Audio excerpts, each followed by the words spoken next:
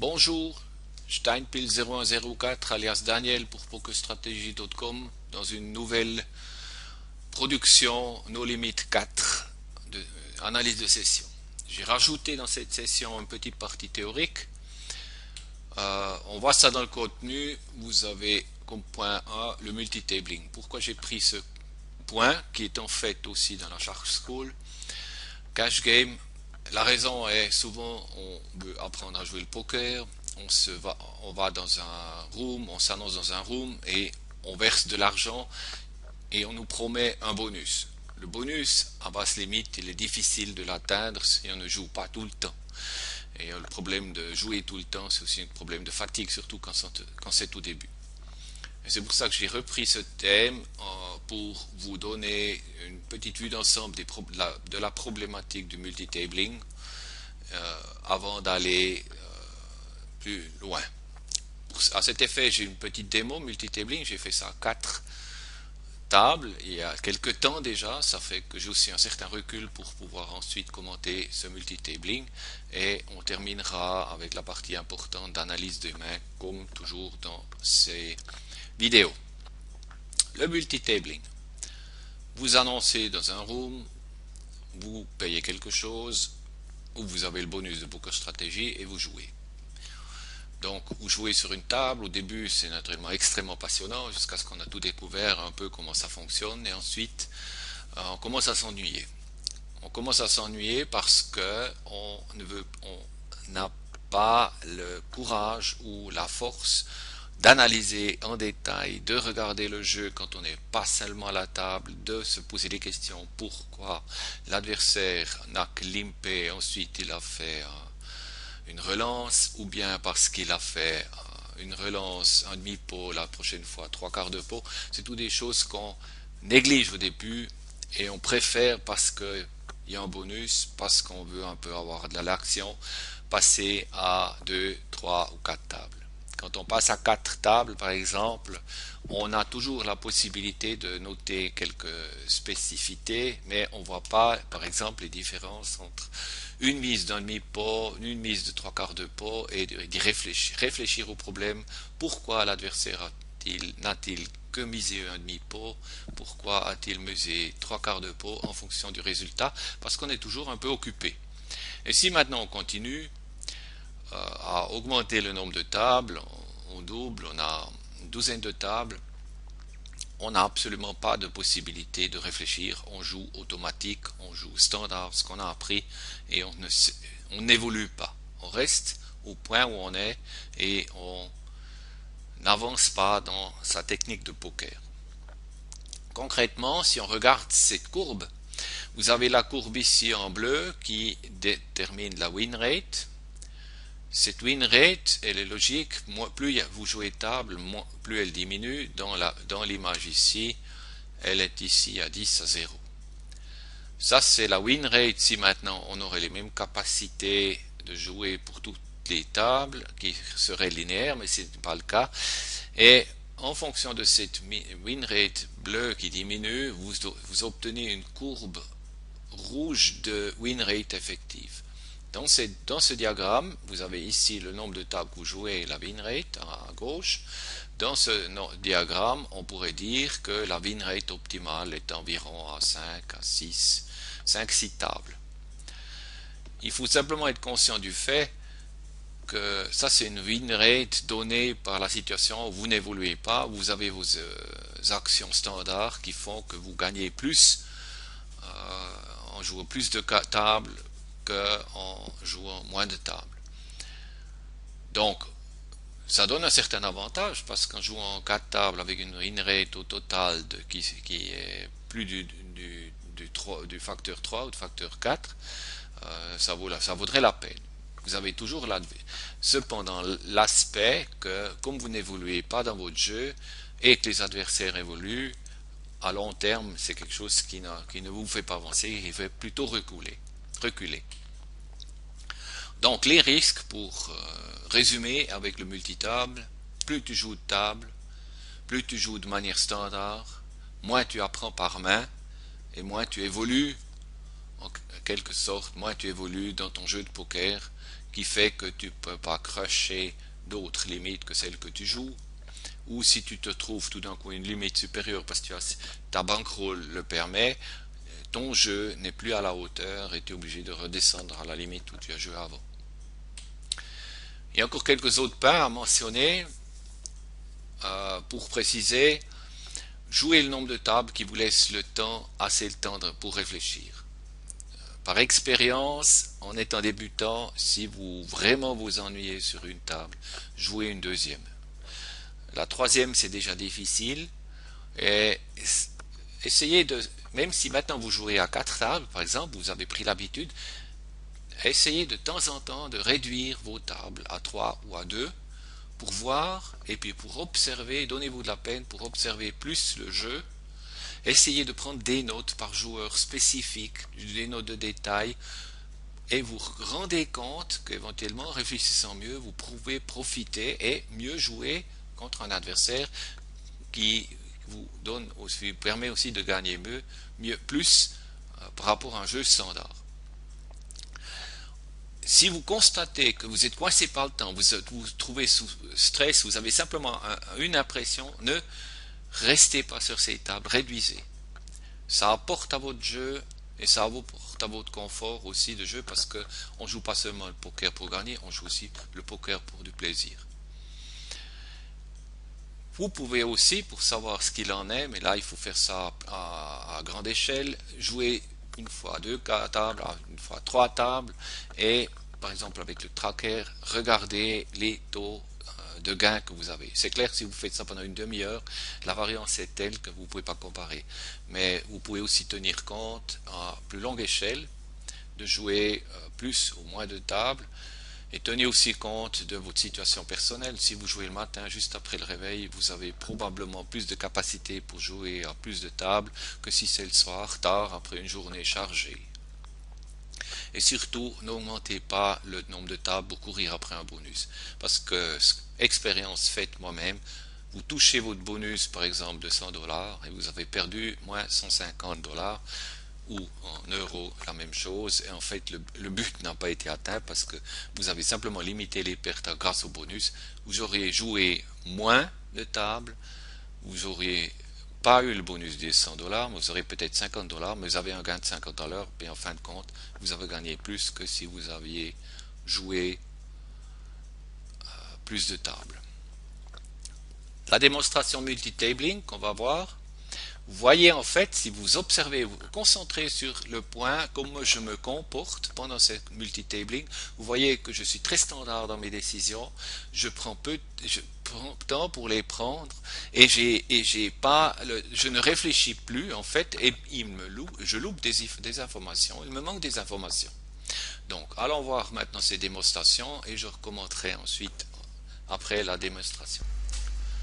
Bien, une petite séquence de jeu live pour un peu montrer comment ça tourne avant d'aller dans le détail des analyses. J'ai ici en bas à gauche un free play, je touche rien. Ici à droite j'ai pas des cartes que je peux jouer. À gauche un fold, c'est logique, on n'a rien.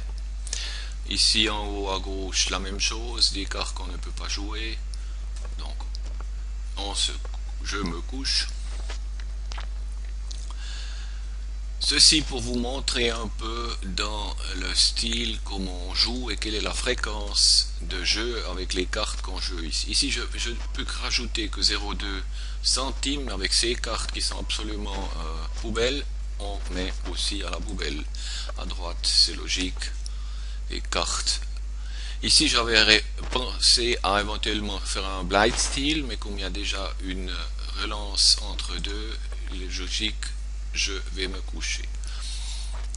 Intéressant, mini relance, mini 3 bêtes, c'est un peu mal joué, surtout avec la cave qu'il a ici, ce foraire.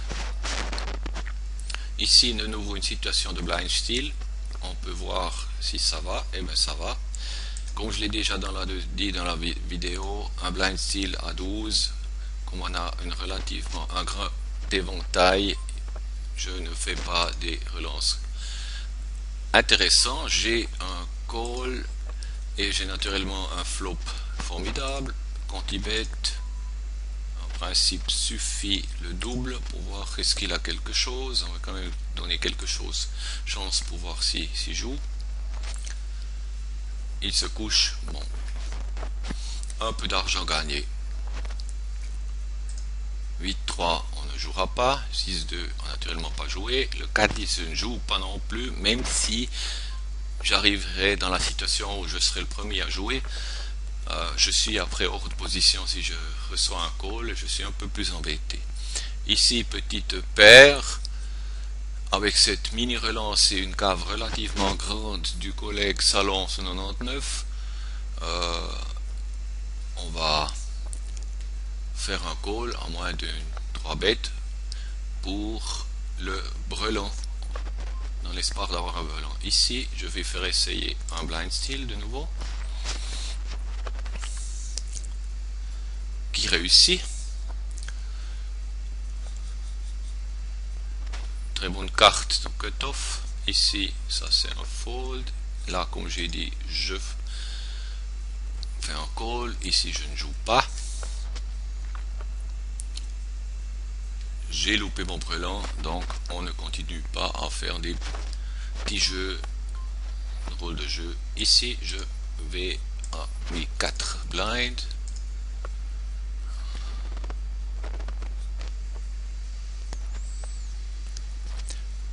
Flop parfait, en espérant qu'il ait un as, éventuellement un roi. Ici, on me couche. Ce flop est un peu embêtant parce qu'il est très connecté. 33, 24. On va essayer à 24, c'est 2 tiers du pot. Il n'a pas d'as, n'a pas de roi. Le brelan a un petit succès, mais médiocre. Vous voyez que je suis régulièrement en train de me coucher. Ici, des cartes qu'on ne joue pas au début. Là, c'est intéressant. Dans la Big Blind, Q10 est encore une combinaison très intéressante. S'il n'y a pas passablement de collègues, s'il y a un deuxième qui s'y met, il a fait une relance 4 K 3 Big Blind. S'il y avait eu un deuxième, j'aurais collé, mais un seul, je colle pas. Ça m'est un peu trop risqué. D'autant plus que j'ai pas assez de stats pour savoir juste est-ce qu'il est une personne qui joue beaucoup. Donc essayer de définir son éventail sur 18 moins, c'est un peu difficile. Là j'ai de nouveau une petite paire.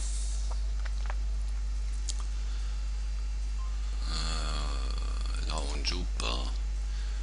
Alors ici on va faire une 3 bêtes, enfin plutôt une relance pour ces l'impair en position. De nouveau un excellent flop pour moi. Je fais une quanti-bet d'environ la moitié du pot. J'ai maintenant un full, c'est très intéressant. Je pourrais jouer slow, c'est une possibilité.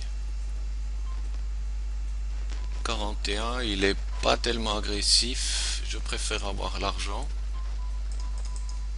Ici je peux coucher, là je fais un check, là je couche entre temps. Il me colle, c'est très intéressant. Alors, il reste encore. Qu'est-ce qui me paye encore? On va essayer, pas tout à fait son stack. Il se couche, il était sur un tirage trèfle, semble-t-il. Il n'avait pas de carte autre, ou il n'était pas sur autre chose. Ici j'ai loupé le brelan, donc je me couche. Ici je me couche aussi. Si ça aurait été suité, j'aurais éventuellement pris. Bon, vous avez maintenant vu cette démonstration de multitabling et je constate que je suis très standard. Dans la main avec la paire de 6, je ne réfléchis pas assez aux éventails du partenaire, enfin de l'adversaire. Je ne réfléchis pas à ce qu'il peut avoir, c'est qu'à la fin que je commence à mentionner l'idée qu'il aurait pu avoir un tirage sur un flush, et en tenant compte de ce tirage, j'aurais probablement gagné plus d'argent si j'aurais été plus j'aurais misé plus. On reverra maintenant cette main dans le cadre de l'analyse des mains. Dans l'analyse de session qu'on va voir, on va analyser main d'une main. La première, c'est la main 6-6 qu'on a vu avant. Le but, c'est de nouveau trouver les leaks, les erreurs de jeu. C'est le but des analyses que vous faites vous-même. Comme j'ai fait cet enregistrement il y a plus de 2 mois, je vais probablement trouver des leaks dans cette analyse que j'avais pas vu quand j'avais joué. Nous voilà maintenant avec cette analyse de détail dans le replayer de Hold'em Manager. Notre main qu'on a vue avant, la main de 6-6, je vous la fais repasser rapidement en revue. J'avais isolé, j'ai fait un raise d'isolation, c'est à discuter de faire un raise d'isolation. En principe, quelqu'un qui limp au bouton, c'est quelqu'un qui en principe n'est pas fort. Il y a de fortes chances qu'il se couche. Mais si on regarde maintenant les stats de collègues, c'est quelque chose que j'ai pas vu là. Les stats, j'ai même des notices ici, 4 beta I, limp fold OOP. Bon, ça pourrait me dire qu'il va se coucher si je fais un raise, mais il est quand même un taux de call, un BPIP de 38%. Donc, déjà, dans cette situation, j'aurais dû réfléchir et éventuellement le fait de faire une relance n'est peut-être pas la meilleure des idées. Mais comme on l'a vu avant, ça va vite et on essaie de prendre des décisions standards sans regarder le détail. Il colle. Maintenant, on se trouve dans cette situation qu'on a tellement on a touché un flop parfait. Si maintenant on analyse ce flop, il est très connecté. 9, 7 à les nuts actuellement. Je suis battu par 9-7. Il peut avoir un autre brelan, éventuellement une paire de 8 avec son taux de 13, avec un PFR sur le bouton de 25%. Je ne pense pas qu'il relance, qu'il limp avec une paire de 8. Donc il a probablement plutôt, s'il a quelque chose, il a plutôt un tirage flash, un tirage couleur. En partant du principe qu'il a ou bien rien du tout, un tirage couleur, et puis qu'il a un gros win to showdown de 33%, on voit ici, c'est des nouvelles stats affichées, qu'on voit un peu plus d'informations. Quand il bet fold 20%, donc il se couche très peu sur des comptes bet. Je peux augmenter ma mise beaucoup plus, faire une mise beaucoup plus grande, presque le pot en fonction de ces stats ici. Il se colle, naturellement là j'ai la touche idéale. Il faut se poser la question pourquoi colle-t-il. Il a ou bien un 10 ou bien il a un tirage couleur, il doit y avoir quelque chose. Donc de même, si maintenant le pot, si j'avais relancé presque le pot, j'aurais un pot beaucoup plus grand. J'aurais pu ici, au lieu de relancer de nouveau que la moitié, pratiquement la moitié du pot, en tout cas 2 tiers de pot, pour le garder pour son tirage, parce qu'il aime vraiment coller, et c'est ce qu'il fait aussi. En fait, dans cette situation ici qu'on voit dans cette main, j'ai perdu, je dis bien j'ai perdu près d'$, que j'aurais pu gagner si j'aurais été plus agressif en fonction de l'analyse, plus détaillée que ce que j'ai fait sous pression des 4 tables. Le reste vous connaissez, on peut passer à l'analyse de la main suivante. J'ai maintenant la situation que j'ai touché une paire de cartes très bonne, une paire de rois. Là la situation est claire, on relance à 4 big blind plus 1. Ce limper, c'est le même collègue qu'on a eu avant. Il s'est couché dans cette situation, probablement il a eu peur de l'agression ou il se trouve dans une situation que ses cartes sont vraiment trop mauvaises dans cette situation. Passons à la main suivante, une main bonne, très bonne en fait, As-Roi, dépareillé, relance à 4 big blind comme normal. Et maintenant la question est de savoir qu'est-ce qu'on fait sur ce flop. Le flop est très connecté avec très couleur. La situation de nouveau, on se trouve avec quelqu'un qui est bien collé, qui a un très haut when to showdown, et la question est de savoir est-ce que c'est bien de faire une conti-bet ici ou pas faire une conti-bet. Maintenant, sans avoir vu, nous sommes rappelés aussi de l'évolution, je ne ferai pas de conti-bet. Je n'ai pas fait, donc ça confirme, j'avais réfléchi de la même manière, et je trouve dans une situation où, comme il est relativement loose aussi, au niveau, et avec les cartes que j'ai, le potentiel que j'ai, je colle, je me serais maintenant couché, parce qu'avec sa petite mise, il a quelque chose et il me bat. Je reviens maintenant ici sur sa mise. Sa mise ici est un peu plus de la moitié du pot. Il doit avoir quelque chose, ou bien il a un jack, il a un valet, et il veut un peu me sortir en espérant que j'ai un 10 pour qu'il ait un peu d'argent, ou il a un 10 et il veut simplement savoir où il en est. La question est de savoir si maintenant on peut être très agressif en se disant moi j'ai bien le valet.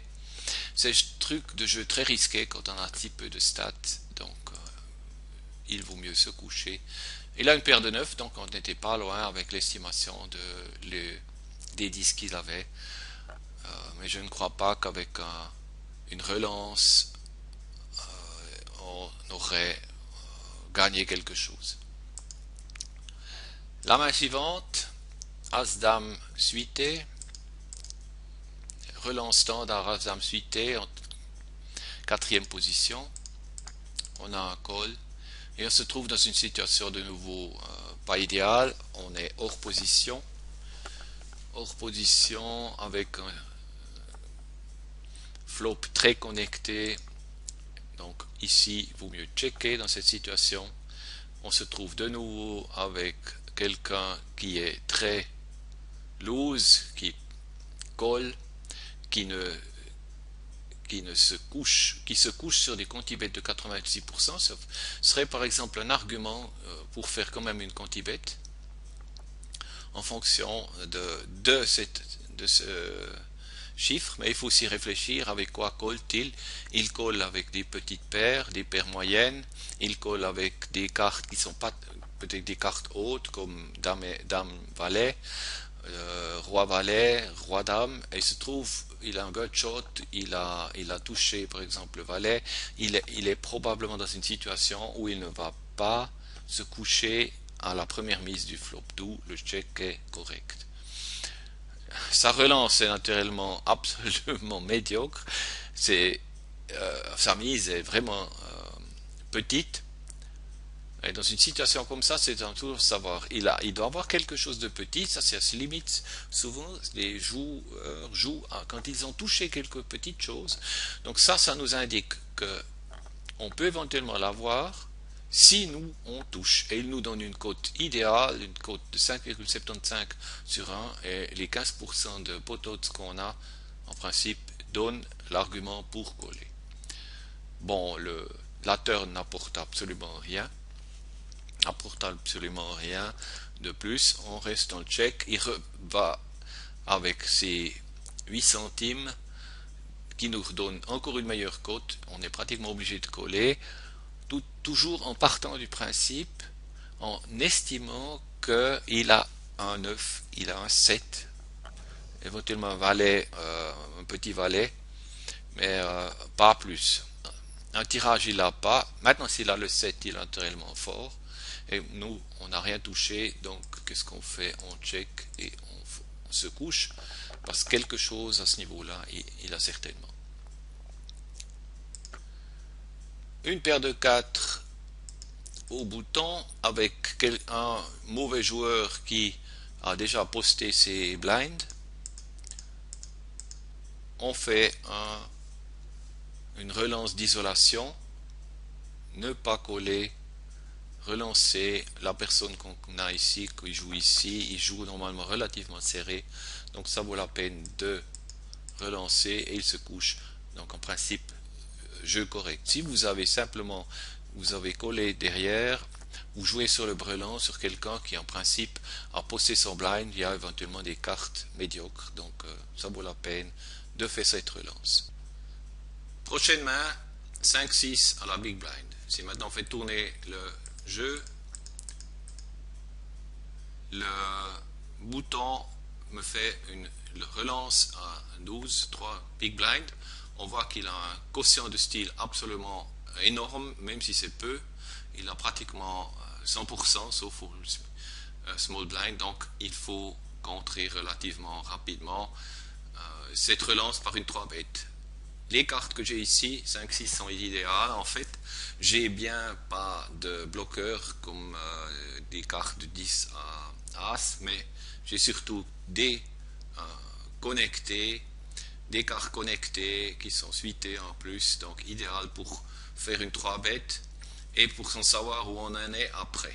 Donc je fais ma 3 bet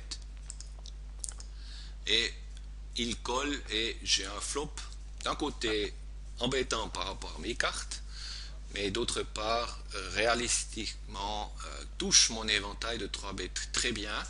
Donc si on pense au vu de l'adversaire qui a un taux de 100% de fold continuation bet sur très peu de mains, mais quand même il peut s'imaginer que j'ai un roi, j'ai une dame ou j'ai même les deux dans mon éventail pour faire une relance. Donc un argument pour faire une quantibet que je fais à la moitié du pot, parce qu'ou bien il a lui quelque chose du même type et il ne se couche pas, il colle, ou il se couche, il ne faut pas miser plus, d'autant plus qu'on se trouve dans un pot 3 bêtes et il se couche. Idéal.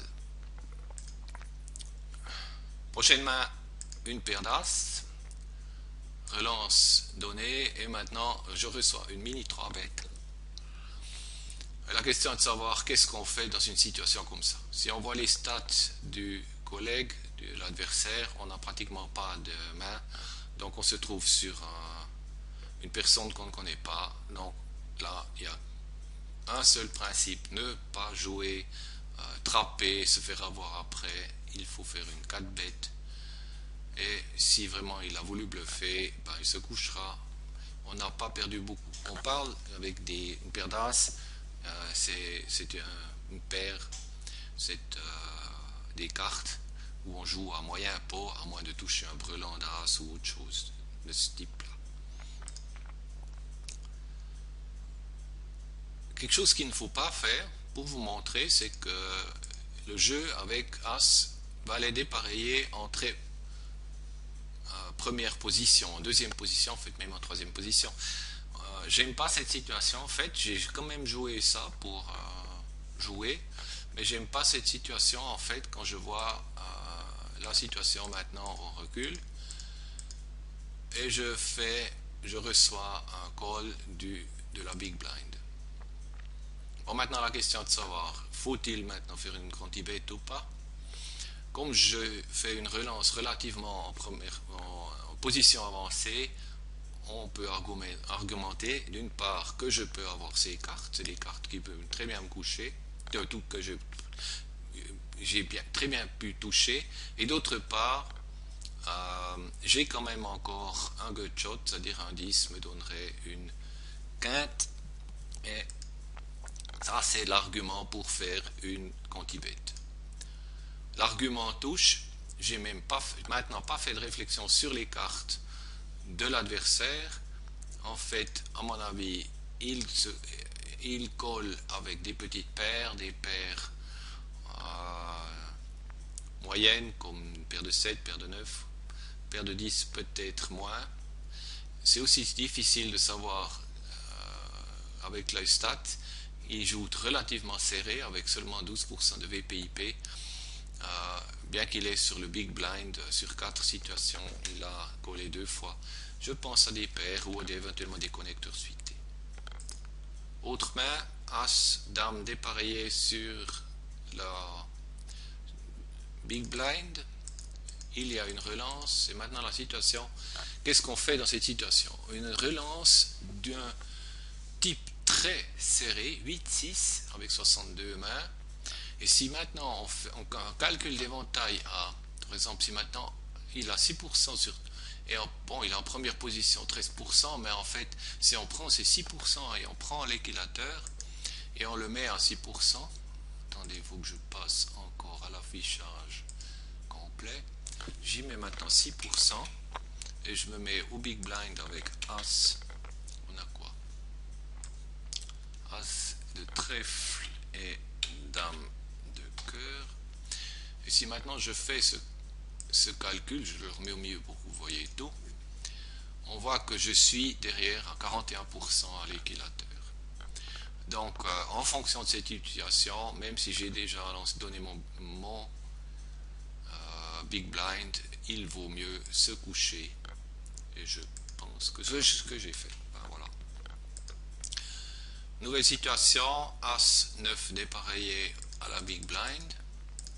Ça c'est quelque chose de différent. Là, quand on regarde, même si on n'a que 8 mains, quand un small blind fait un min raise, j'ai tendance à estimer qu'il veut simplement voler la blind avec la big blind en payant le moins possible.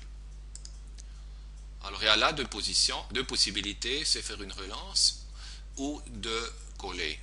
La situation est que je suis en position après, j'ai des bonnes cartes, avec cette petite relance, je peux aussi jouer après flop, post-flop, et puis j'ai décidé ici de coller au lieu de relancer.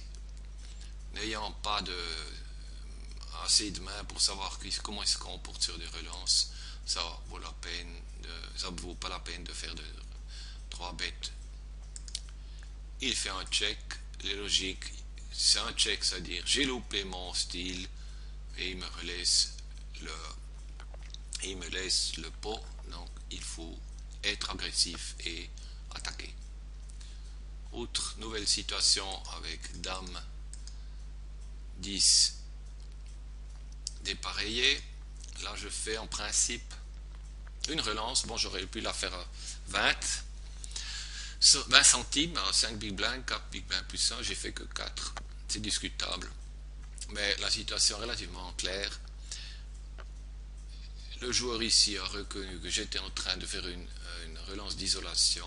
Il me fait un 3 bêtes. Son taux de 3 bêtes, qui est, bon, pas représentatif à 61 mains, est quand même relativement bas. Là, il ne faut pas jouer les héros, il faut se coucher. Une situation un peu meilleure pour As, valet dépareillé en 4e position. On peut faire une relance. On voit que notre collègue qu'on a déjà vu avec un VPI de P de 60% colle. Je touche la deuxième carte, donc j'ai la deuxième plus haute paire. Ça me donne l'argumentation de faire un quantibet. Le flop est relativement fortement connecté. Si on fait une analyse de flop ici, toutes ces mains, ces petites paires, il va se coucher avec ces petites paires. Parce qu'il peut penser que j'ai touché ce flop vu que j'ai fait mes relances. Mais ce qu'il ne va pas tout coucher avec son VPIP, c'est s'il a touché lui-même. On a déjà vu qu'il avait il s'est couché 86%, donc relativement gros taux de se coucher après quantibet. Donc l'argument pour faire une quantibet en ayant touché est là, et il se couche. Donc c'est quelqu'un qui est relativement weak. Il veut voir le flop, et si le flop n'a pas touché, il joue fit, fold, strategy, ou bien j'ai touché et je continue à jouer, et j'ai pas touché, je ne continue pas. Donc rendez-vous attentif à ce genre de personnes pour voir que ça vaut la peine de faire des quantibets même si vous n'avez pas touché. Si il colle, vous êtes sûr qu'il a touché, et il faut savoir comment se comporter, surtout s'il devient très agressif. Il faut vraiment avoir une main très forte pour pouvoir y répondre. Maintenant, As-Dame dépareillé à la petite blinde. J'ai pas de représentation ici derrière. Je prends un risque que je ne ferai pas. maintenant. Je ne ferai plus maintenant. Je fais une 3 bêtes depuis la petite blind. Je trouve ça en principe maintenant risqué, je me serais couché. Mais bon, j'ai eu de la chance. Il s'est couché. Mais c'est un risque que je ne prendrai plus maintenant dans cette situation où je suis actuellement, en n'ayant pas connaissance de l'adversaire et ne sachant pas comment il joue. Bon, 29% sur cette main, ça peut nous donner une tendance qui joue relativement beaucoup de mains, mais c'est vraiment une estimation très très sommaire. Nouvelle main, une main que normalement je ne jouerai pas, que j'ai joué ici, c'est pour ça que je vous la montre. J'ai fait une relance à 3 big blind. Ça, c'est des signaux qu'il faut tenir compte, parce que quelqu'un qui fait une relance à 3 big blind, qui fait autrement des relances à 4 big blind, ça peut montrer d'une part qu'il n'est pas tellement sûr, donc on peut interpréter. Je reçois un call d'un adversaire relativement loose, qui aime bien coller, avec 32% de VPIP, et je touche mon as. Mais la question est de savoir avec quoi a-t-il touché, si a-t-il collé avec une petite paire, avec des cartes hautes, avec un as. Je pense, au vu de son taux de relance de ces pourcents, que s'il avait une paire de rois, éventuellement une paire de dames, il aurait fait une 3 bêtes. Mais autrement, il a peut-être un petit as, il a des cartes comme roi dame ou des petites paires. Comme j'ai touché l'as, je fais la condibette et j'ai du bol à mon avis, parce que c'est un peu trop risqué de jouer as valet dépareillé en première position. Une nouvelle main au cut-off, roi 9 suité de trèfle. C'est une bonne carte pour faire un style des blinds depuis le cut-off. Et style et restyle, on voit qu'il a sur 31 mains 9,1% de 3 bêtes. C'est absolument pas représentatif, c'est en principe une fois. Mais la situation est que avec ces cartes que j'ai, je ne peux pas les utiliser pour faire des expériences quelconques. Il ne reste qu'à me coucher et passer à la main suivante.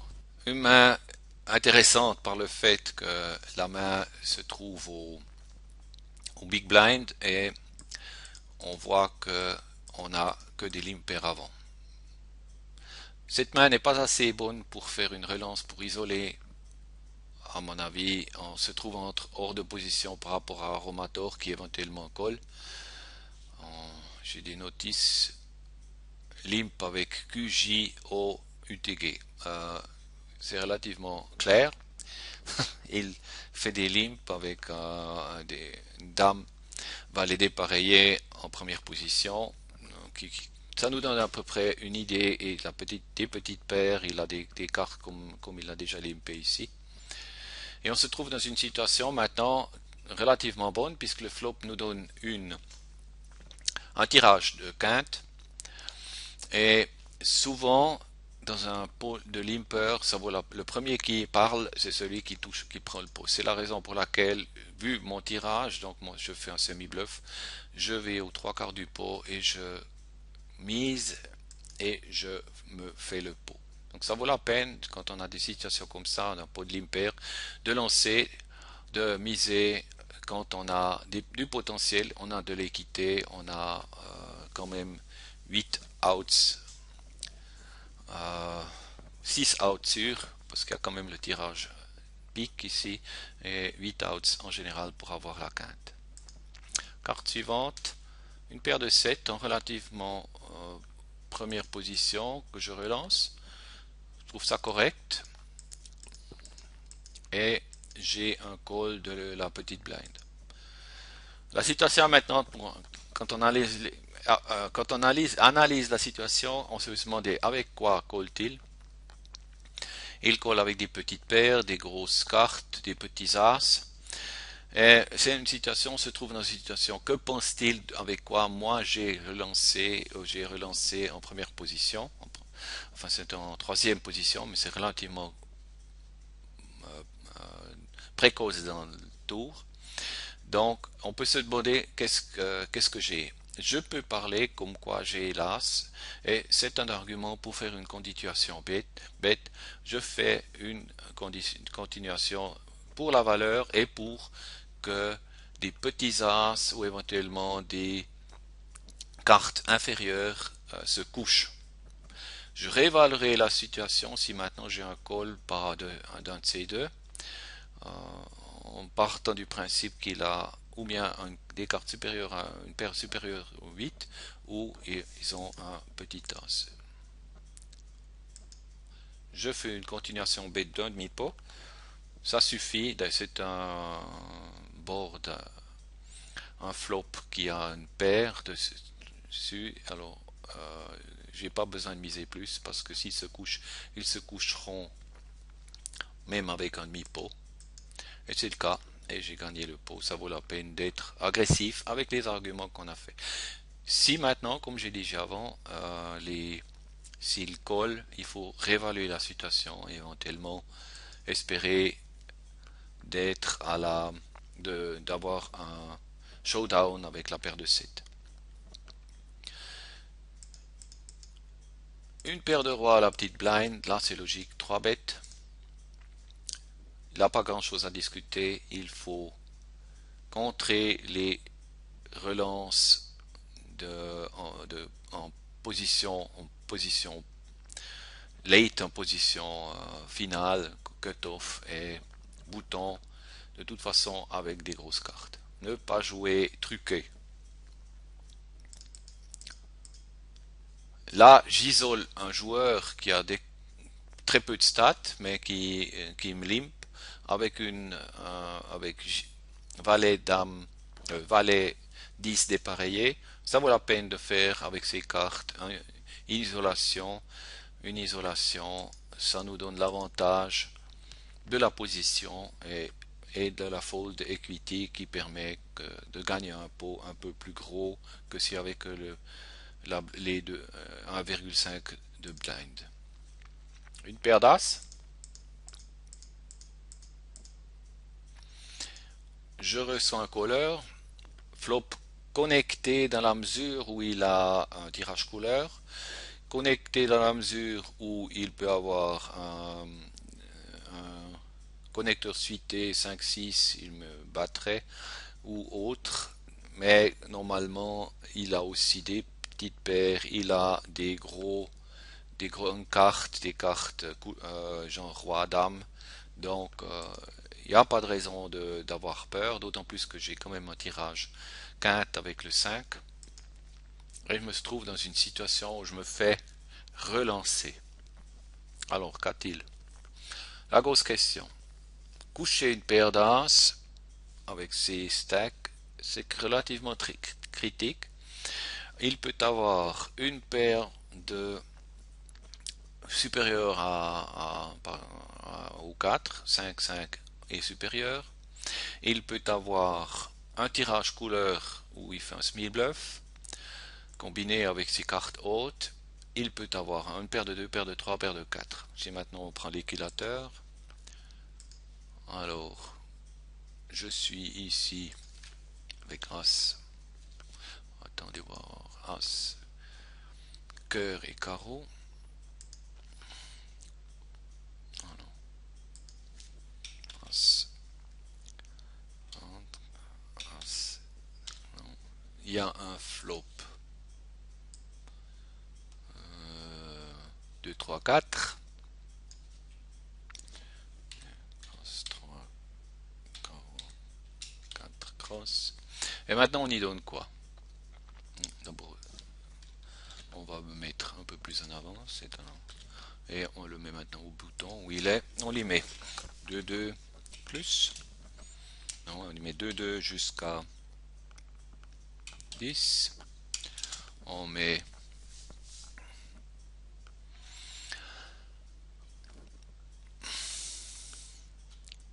As, alors,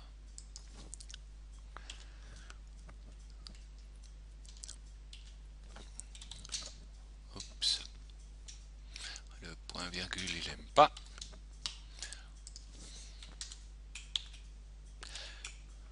On y met les tirages couleurs.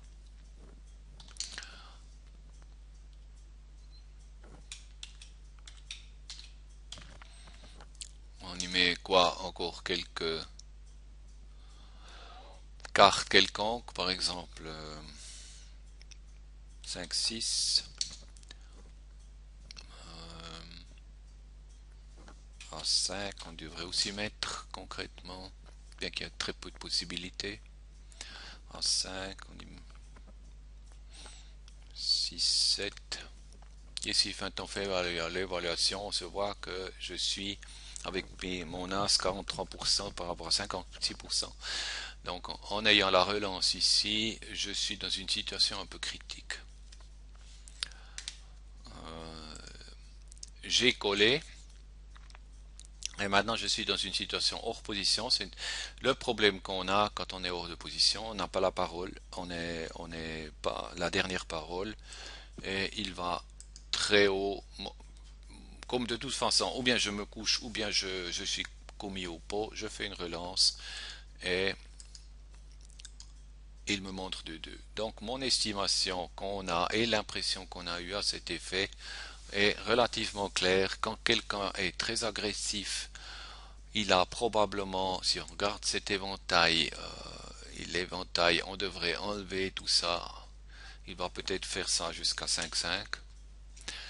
Il aura quelque chose de ce type et ça devient toujours pire. Donc en principe, il aurait fallu que je couche mon as, mais ma paire d'as. Voilà. C'est intéressant de savoir qu'est-ce que vous avez pensé. On a maintenant fait le tour de toutes ces cartes. Veuillez mettre vos commentaires dans l'emplacement prévu.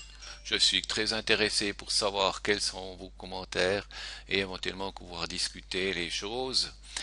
Je vous remercie de votre attention et vous souhaite bonne chance aux tables. Steinpil 0104 alias Daniel pour PokerStrategy.com.